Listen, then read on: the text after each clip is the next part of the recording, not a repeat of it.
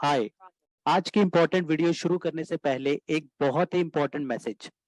अब due dates और update की चिंता से हो जाएं बिल्कुल मुक्त, क्योंकि टैक्स गपशप लाया है आप सभी के लिए और आपके क्लाइंट्स के लिए ड्यू डेट और अपडेट रिमाइंडर, जिससे आप जान सकते हैं उस मंथ की सभी इंपॉर्टेंट ड्यू डेट्स और अपडेट, वो भी अपने लोगो और बिजनेस डिटेल के साथ, जो कि आपकी ड्यू डेट को याद रखने की चिंता से तो दूर करेगा ही, साथ ही साथ आप अपने क्लाइंट्स या फिर प्रोस्पेक्टिव क्लाइंट्स को भी रिमाइंड करा सकते हैं upcoming due dates by sharing it through social media platform जैसे कि WhatsApp, LinkedIn, Telegram, Twitter, Instagram, जो कि हमारे बिजनेस को भी ग्रो करेगा, वो भी मल्टीपल टाइम्स। तो देर किस बात की है, आज ही नीचे दिए गए नंबर पे कॉल कीजिए और सब्सक्राइब करें और हो जाइए आज से ड्यू डेट और अपडेट की चिंता से कंप्लीटली फ्री। हेलो फ्रेंड्स, मैं सीए मोहित पुनेट आप सबका स्वागत करता हूं आपके अपने चैनल टैक्स गपशप में। थंबनेल में बिल्कुल आपने सही देखा। आज इसके बारे में हम डिटेल में जो है चर्चा करेंगे। टिल 10 इस शुरुआत से लेकर एंड तक जो है हर एक एक्सपेक्ट को हमें ध्यान से कवर करना है, तो बने रहिए। तो और मूव करते हैं, शुरू करते हैं इस चर्चा को और मूव करते हैं स्क्रीन पे।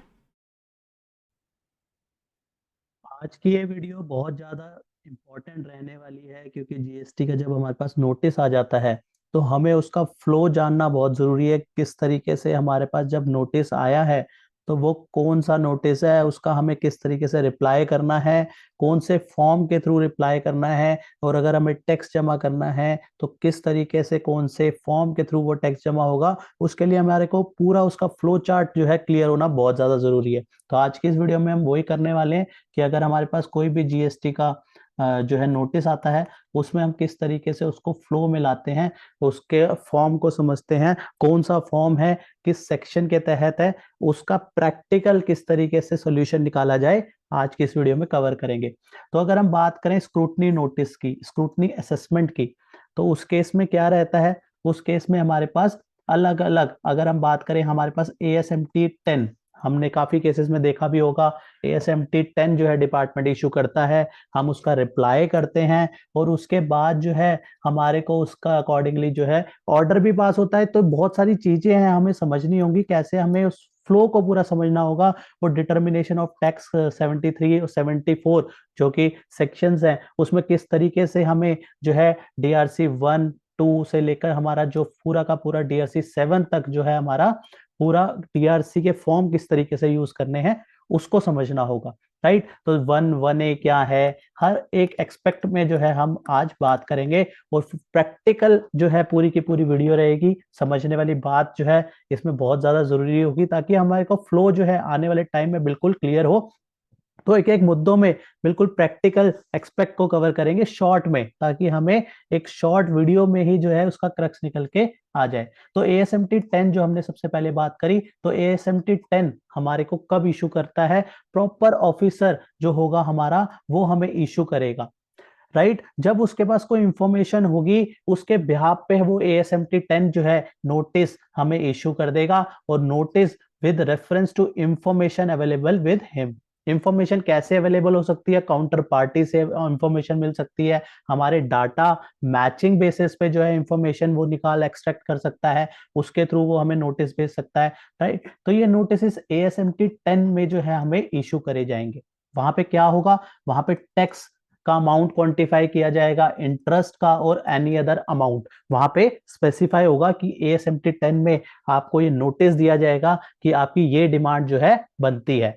अब हमें क्या करना है उसको समझना बहुत ज्यादा जरूरी है। हमारे पास नोटिस आया तो हम इसका रिप्लाई करेंगे। रिप्लाई किस में करेंगे, ASMT 11 फॉर्म में जो है हम इसका रिप्लाई करेंगे। ये वाला फॉर्म हमारा बन जाता है रिप्लाई के लिए।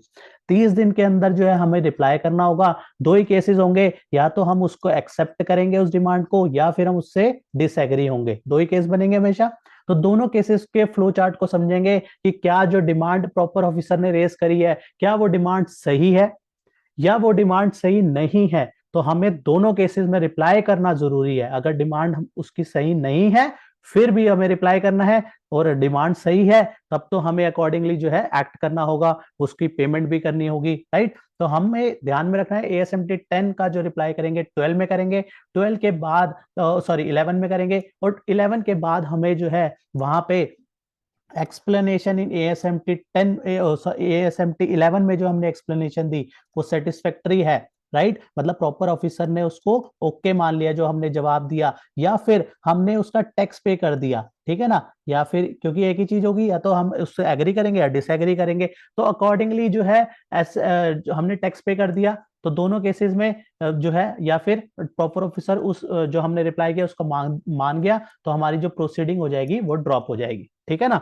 यहाँ पे हमारा काम खत्म हो गया, ठीक है। हमने 10 का नोटिस आया, 11 में रिप्लाई कर दिया, और 12 में जो है वो सेटिस्फाइड हो जाएगा। लेकिन हर केस में तो प्रॉपर ऑफिसर ओके नहीं करेगा ना, तो हमें ये जानना जरूरी है कि अगर जब ऑफिसर सेटिस्फाइड नहीं होता, उस केस में अब क्या होगा, राइट। उस केस में क्या होगा, मेन बड़ा क्वेश्चन मार्क ये है, क्योंकि मोस्टली केसेस में क्या होता है, हम रिप्लाई करते हैं लेकिन प्रॉपर ऑफिसर से सेटिस्फाई नहीं होता, तो उस केसेस में मेन बात आ जाती है। उस मुद्दे को समझते हैं आज की इस वीडियो में, राइट। तो उस केसेस में देखो अलग अलग ऑप्शन हमारे पास निकल के आएंगे। क्या क्या ऑप्शन होगा, क्वेश्चंस बनते हैं, ठीक है ना। क्वेश्चन बेसिस पे अगर हम बात करें तो हमारा निकलेगा describe the recourse that may be taken by the officer in case proper explanation is not furnish, ठीक है ना। जो रिटर्न फाइल करी उसमें प्रॉपर इंफॉर्मेशन फर्निश नहीं करी, या फिर टैक्स अथॉरिटीज नोटिस डिस्क्रिपेंसी, ठीक है ना। उसने क्या निकाली, अथॉरिटी ने, प्रॉपर ऑफिसर ने डिस्क्रिपेंसी निकाली in the detail during the scrutiny of return. उसने जो हमने रिटर्न फाइल करी, जो अपने हमारी GSTR 1 हो गई, 3B हो गई, GSTR 9 बेसिस पे, मतलब उसने उस पर डिस्क्रिपेंसी जो निकाली, उस केस में क्या होगा, जहां पे रजिस्टर्ड पर्सन, पहला कैटेगरी है, registered person would be liable for interest if he unable to prove that discrepancy did not arise on account of and it was fault of another person। अलग अलग scenario बन जाएंगे ना, या तो अलग दूसरे पर्सन का जो है उसमें फॉल्ट है, उस वजह से डिस्क्रिपेंसी है, right. if registered person is required to provide satisfactory acceptable explanation for the same within 30 days। हमने ऊपर पढ़ा था ना ASMT 11 में टाइम पीरियड वहां पे लिखा था ना, 30 डेज के अंदर जो है हमें इसका रिप्लाई करना है, ठीक है। और एनी एक्सटेंड, अगर कोई एक्सटेंडेड टाइम मिली तो उसके अकॉर्डिंग, या फिर registered person must prepare document to set right of his discrepancy, ठीक है ना। या फिर ये दोनों केसेस, तो अलग अलग सिचुएशन जो है अराइजेस होंगी, ठीक है। और एक क्वेश्चन ये भी बन जाता है, if the information obtained by the taxable person is not found to be satisfactory by the proper officer, ठीक है ना। रिप्लाई किया लेकिन प्रॉपर ऑफिसर उससे सेटिस्फाइड नहीं है, he can pass assessment order under section 61, ठीक है ना। ये तो ट्रू फॉल्स की बात हो गई। इस मुद्दे को हम समझते हैं, ये जो क्वेश्चन रेज हुए हैं अलग अलग, इनको समझते हैं। इनको समझने के लिए अभी हमने ऊपर दो पार्ट में डिवाइड किया था ना उसको, एक तो नोटिस वाली बात में करी थी ASMT 10, उसका रिप्लाई 11, और हमने 12 की बात करी थी, और साथ में हमने कौन सा 73 74 की बात करी थी। वहां पे बड़े सारे फॉर्म्स थे, DRC 01, ठीक है। ए और बी, ए कब होगा, बी कब होगा, उसको समझेंगे। 1 2 3 4 5 6 7 तक थे, वो 7 तक थे ना। तो वहां पे DRC 1A और B, इसको समझना भी जरूरी है। DRC 1A क्या होगा, ए होगा रिप्लाई, रिप्लाई देने के लिए to be made in DRC 1B, reply to DRC 1A to be made in B, ठीक है ना।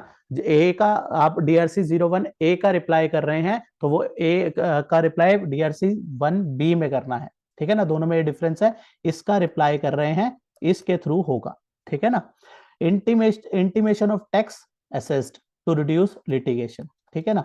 अगर रिड्यूस, हम लिटिगेशन को रिड्यूस करना चाह रहे हैं, उस केस में क्या होगा, हम रिप्लाई करेंगे DRC 1A का, कौन से फॉर्म में, DRC 01 के थ्रू जो है हम उसको जो है उस फॉर्म को यूज करके हम उसकी पेमेंट कर सकते हैं।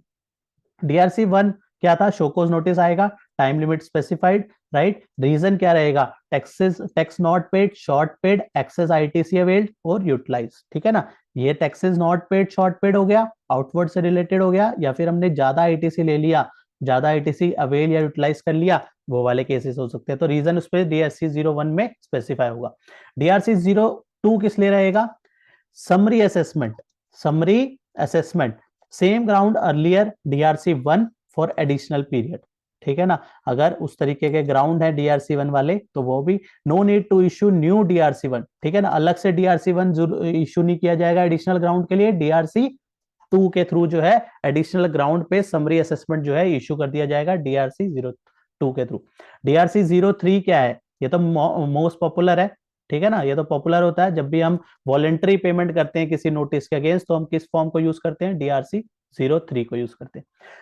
DRC04 किस लिए है, DRC04 हमारा रहता है, ये एक एक्नॉलेजमेंट है, payment made against DRC0A before show cause notice, ठीक है। ऑफिसर शैल इशू DRC04, हमारे पास DRC04 में एक्नॉलेजमेंट आ जाएगी, ठीक है ना। हमें एक्नॉलेजमेंट इशू हो जाएगी पेमेंट मेड अगेंस्ट DRC01A, जो हमने ऊपर देखा था ना, ये वाला रिप्लाई किया था हमने, reply to DRC1 to be made in DRC1B, तो वहां पे हमारे को उसका जब रिप्लाई करेंगे उसके बाद DRC04 जो है एक्नॉलेजमेंट वहां पे हमें मिल जाएगी।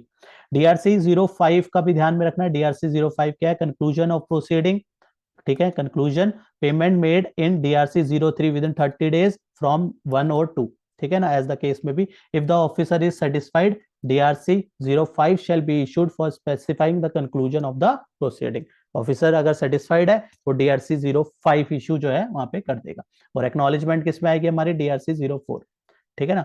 अब 6 और 7 भी देख लेते हैं। 6 किस लिए रहता है, if the assessee disagree demand raise by the show cause notice, disagree हो रहा है, यहाँ पे ध्यान में रखना है। इसको अभी हम फ्लो चार्ट के थ्रू जो है डिटेल में डिस्कस करेंगे, अभी जस्ट हम हाईलाइट ले रहे हैं। अभी हम फ्लो चार्ट में देखेंगे किस तरीके से जो है इसकी मूवमेंट रहती है, ठीक है ना। अभी हम इसको बहुत अच्छे से समझेंगे, जो अभी हम डिस्कस करें सारा का सारा जो है इसको फर्दर वो क्लियर हो जाएगा। DRC07 हमें पता ही है, समरी ऑर्डर रहता है हमारे, उसमें रीजन स्पेसिफाई किया जाता है कि non payment against show cause notice है, पार्ट या शॉर्ट पेमेंट है, कौन सा रीजन है, तो वो सारे रीजन जो है वहां पे स्पेसिफाई किया होगा कि इनमें से कौन सा वहां पे रीजन बनता है। नॉट गिविंग एक्सप्लेनेशन, DRC03 में एक्सप्लेनेशन नहीं दी, या फिर एक्सप्लेनेशन जो दी वो सेटिस्फैक्टरी नहीं है, not taking any action against show cause notice, ठीक है ना। तो वहां पे DRC07 जो है इश्यू हो जाता है।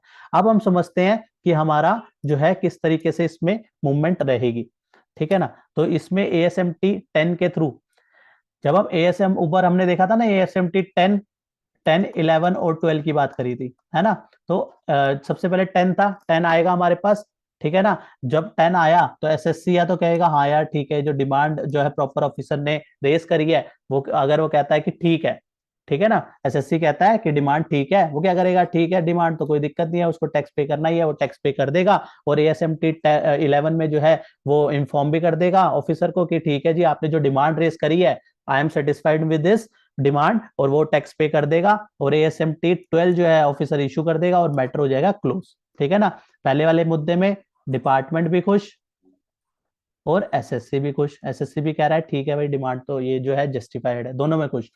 अब मेन बात आती है जहां SSC कहता है नहीं, जो डिमांड रेस करी है प्रॉपर ऑफिसर ने वो सही नहीं है, उस केस में क्या होगा, उस केस में एक्सप्लेनेशन देगा, ठीक है ना। वही रहेगा 10, 11, 12 का फ्लो तो वही रहेगा, पहले 10 आएगा, 11 में उसको क्या करना है, रिप्लाई करना है। तो यहाँ पे वो एक्सप्लेनेशन देता है कि SSC कहता है भैया डिमांड जो आप रेज करिए आपने वो डिमांड सही रेज नहीं करी। ऑफिसर देखेगा, अगर ऑफिसर कहता है हाँ ठीक है यार, जो आप कह रहे हो बात वो ठीक है, डिमांड आपकी नहीं बनती, ठीक है ना, तो मुद्दा क्लोज, ठीक है ना। यहाँ पे क्या है, SSC भी खुश पहले, ठीक है ना, ऊपर वाले में कि SSC डिसएग्री था लेकिन उसने रिप्लाई करा, ऑफिसर मान गया, तो उसमें ठीक है जी, दोनों के दोनों ठीक है, सेटिस्फाइड हो गए। मेन दिक्कत आती है जहां पे SSC भी डिसएग्री था और डिपार्टमेंट भी अगर वो भी अपने उस पे है कि नहीं है, नहीं जी जो मैंने डिमांड रेस करी है ASMT 10 में बिल्कुल सही है, तो यहाँ पे मुद्दा आता है, ठीक है ना। टू बी कॉन्टिन्यूड, पिक्चर अभी बाकी है मेरे दोस्त। तो यहाँ पे हमें समझना है कि जहां पे SSC भी कहता है कि नहीं भाई आपने ASMT 10 में जो डिमांड रेस करी है गलत है, ऑफिसर भी उस डिमांड को जो है नहीं मानता, वो कहता है बिल्कुल सही है, वहां पे जो है प्रोसीडिंग हमारी पिक्चर शुरू हो जाती है 73, 74, अभी हमने बात करी थी ना DRC 1, 2, 3, 4, 5, 6, 7, तो वहां पे पिक्चर शुरू होती है। अब हम फ्लो चार्ट से जब हम समझेंगे तो हमें बेटर क्लियर होगा कि किस तरीके से जो है उसका फ्लो रहेगा। तो वहां पे क्या होगा, प्रोसीडिंग इनिशिएट हो जाएगी 73, 74 में। यहाँ पे क्या है, SSC भी अपनी नाखुश है, वो भी अपनी जिद में है, वो भी कह रहा है कि नहीं है, और डिपार्टमेंट भी नाखुश है, वो कहता है कि डिमांड बिल्कुल सही है, एसएससी कहता है डिमांड बिल्कुल गलत है। तो यहाँ पे प्रोसीडिंग जो है इनिशिएट हो गई, डीआरसी 01 जो है इशू हो जाएगा। यहाँ पे अब डीआरसी 01A इशू हो गया। यहाँ पे अब मान लेते हैं एसएससी कहता है यार क्या होना है नहीं, इसको जो है फालतू लिटिगेशन में पढ़ने का वो नहीं है, वो कहता है चलो इसको क्लोज करें। जब ये हमने डीआरसी 01 में देखा था ना, वो लिटिगेशन को क्लोज करना चाह रहा है, वो कह रहा है छोड़ो।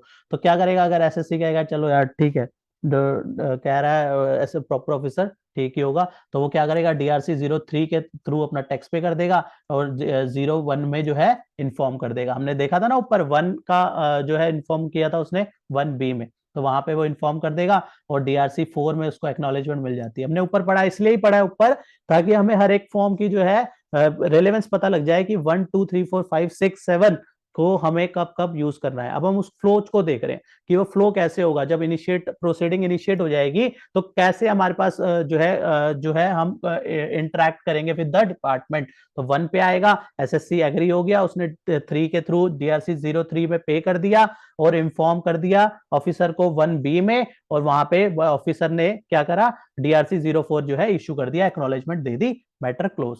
ठीक है ना, यहाँ पे भी मैटर हो गया क्लोज। तो यहाँ अब उसके बाद क्या है, एसएससी फिर भी डिसएग्री, एसएससी फिर भी डिसएग्री। यहाँ पे क्या होगा, फिर 1 का रिप्लाई किस में करेगा, 1 का रिप्लाई तो उसको 1B में ही करना है, 1B में रिप्लाई करेगा। ऑफिसर क्या करेगा, फिर ऑफिसर डीआरसी 01 इशू करेगा। ठीक है ना, 1A और B हो गया। अब यहाँ पे फिर ऑफिसर ने डीआरसी 01 इशू कर दिया और डीआरसी इशू 01, ये तो क्या होगा उस केस में, या तो डीआरसी 03 के थ्रू वो पे कर देगा। अगर वो पे कर देता है, पे टैक्स कर देता है डीआरसी 03 पे, तो ऑफिसर शैल इशू डीआरसी 05 दे देगा, अगर पे टैक्स कर दिया तो।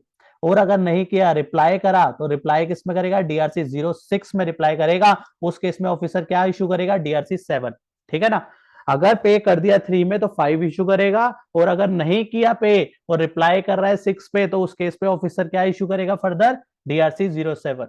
ठीक है ना, तो इस तरीके से जो है फ्लो रहेंगे। ये अलग से जो प्रोसीडिंग 65 66 67 की है उसको हम अलग से कवर करेंगे, राइट, अदरवाइज बहुत लेंदी ये डिस्कशन हो जाएगी। अभी हमने जो समझा, एएस बहुत इंपॉर्टेंट चीज थी, एएसएमटी 10, एएसएमटी 11, 10 11 12 विद डीआरसी 1 2 3 4 5 6 एंड 7। ये हमने कवर किया कि किस तरीके से डीआरसी फॉर्म की मूवमेंट रहेगी और एएसएमटी की जो है मूवमेंट रहेगी, हमारे को किस तरीके से नोटिस आएंगे, हम उसका किस तरीके से रिप्लाई करेंगे, किस तरीके से हमें एक्नॉलेजमेंट्स वगैरह मिलेंगी। तो हमने वो सारा इसके फ्लो को समझा। बहुत ज्यादा जरूरी है समझना, क्योंकि कई बार नोटिस आ जाता है, अगर हम अवेयर नहीं होंगे तो हमें जो है पता नहीं लगेगा, इसलिए जानकारी समझना बहुत जरूरी है। इसलिए हमने इसको शॉर्ट में ही बिल्कुल कवर किया कि हमें को हमारे का फॉर्म का पता लग जाए कि कौन सा फॉर्म कब यूज होना है। इसलिए बिल्कुल छोटे छोटे पार्ट में 1 2 3 4 5 6 7 को देखा और एएसएमटी 10 11 12 को देखा। होप आपकी ये डिस्कशन आपको पूरी जो है क्लियर हुई होगी।